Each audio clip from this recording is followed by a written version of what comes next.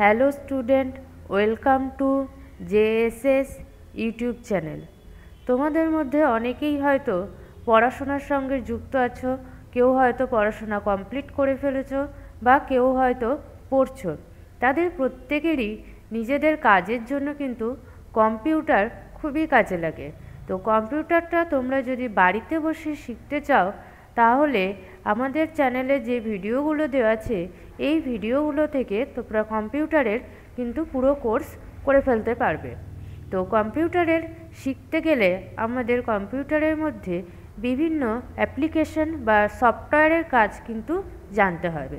তো আজকের ভিডিওতে এরকমই একটা খুব গুরুত্বপূর্ণ সফটওয়্যারকে কিভাবে আমরা ইউজ করব বা সেটার কি কাজে লাগে সে বিষয়েই আজকের ভিডিওতে আলোচনা করব।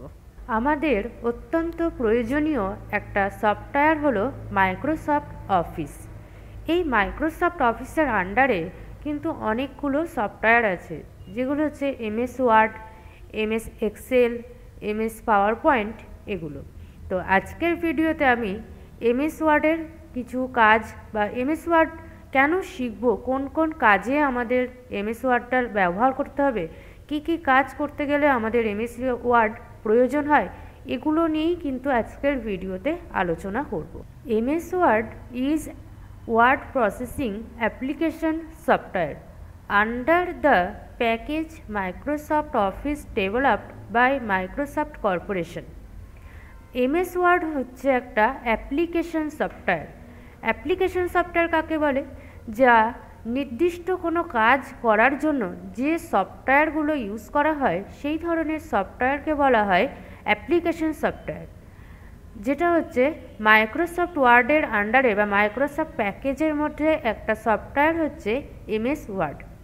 এটা সাধারণত করা হয়ে থাকে বিভিন্ন ধরনের টেক্সট এডিটিংয়ের কাজে এই সফটওয়্যারটা ইউজ করা হয়ে থাকে।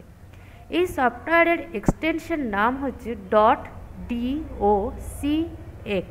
মাইক্রোসফট ওয়ার্ড আমাদের কি কাজে লাগে? আমরা যে কোনো ডকুমেন্ট তৈরি করতে কিন্তু মাইক্রোসফট ওয়ার্ডকে ইউজ করে থাকি। যেমন এখানে আমার একটা ডকুমেন্ট তৈরি করা হয়েছে, যেটা হচ্ছে মাইক্রোসফট ওয়ার্ডের একটা নোট। তাহলে এই ধরনের কোনো নোট যদি আমরা তৈরি করতে চাই, তাহলে কিন্তু সেটা আমরা এমএস ওয়ার্ডকে ইউজ করে এরকম বাংলা, ইংলিশ বা বিভিন্ন ধরনের ফন্টের কালার সব রকম কিছু এফেক্ট ইউজ করার মাধ্যমে আমরা কিন্তু মাইক্রোসফট ওয়ার্ডে একটা ডকুমেন্ট রেডি করতে পারি। আমাদের স্কুল বা কলেজের বিভিন্ন প্রজেক্ট বানাতে গেলে সেই প্রজেক্টের প্রথম পাতাটা মানে প্রজেক্টের ফ্রন্ট পেজ কিন্তু আমরা এই মাইক্রোসফট ওয়ার্ড থেকে সুন্দরভাবে ডিজাইন করতে পারি।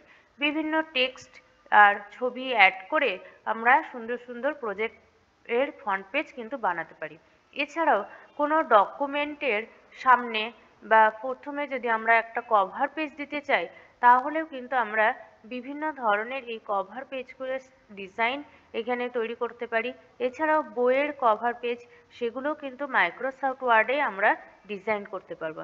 তাছাড়া বিভিন্ন ধরনের লিফলেট, যেগুলো কোনো কোম্পানি ওপেনিং হতে গেলে যে লিফলেটগুলো ছাপানো হয়, সেই সমস্ত লিফলেট, আই কার্ডের ডিজাইন, এগুলোও কিন্তু আমরা মাইক্রোসফট ওয়ার্ড থেকেই বানাতে পারি। এরকম একটা ক্যাশ মেমোর ডিজাইন, কোনো অফিস বা কোনো কোম্পানিতে যদি বিল করার কাজে আমাদের একটা ক্যাশ মেমো ডিজাইন করতে হয়, টেবিলের কাজ নিয়ে বিভিন্ন ধরনের টেবিলকে এডিট করে সেই ধরনের একটা ক্যাশ মেমো ডিজাইন কিন্তু এখানে বানানো হয়েছে।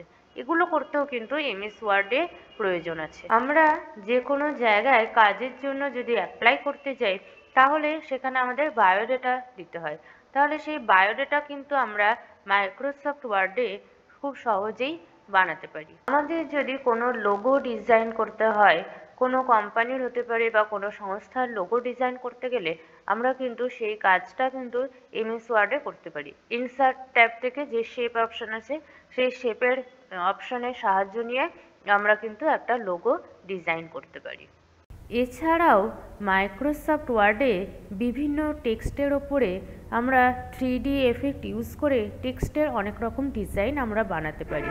কোনো ছবি বা কোনো শেপের ওপরেও আমরা এফেক্ট ইউজ করে অনেক ধরনের ডিজাইন বানাতে পারি, যা কিন্তু আমরা আমাদের প্রজেক্টগুলোকে আরও ভালোভাবে বা ইন্টারেস্টিং করে বানাতে কিন্তু সাহায্য করে। তো তোমরা নিশ্চয়ই বুঝতে পারছো যে মাইক্রোসফট ওয়ার্ড আমাদের কাজ করতে গেলে কতটা প্রয়োজনীয়, কতটা দরকার আমাদের এমএস ওয়ার্ডের কাজগুলো শেখা। তো আজকের ভিডিওতে এমএস ওয়ার্ডে কী কী কাজে লাগে এই বিষয়ে তোমাদের সামনে যাতে একটা ধারণা তৈরি হয় সেগুলো নিয়েই আলোচনা করলাম। আজকের ভিডিওটা এই পর্যন্তই, দেখা হচ্ছে নেক্সট কোনো ভিডিওতে।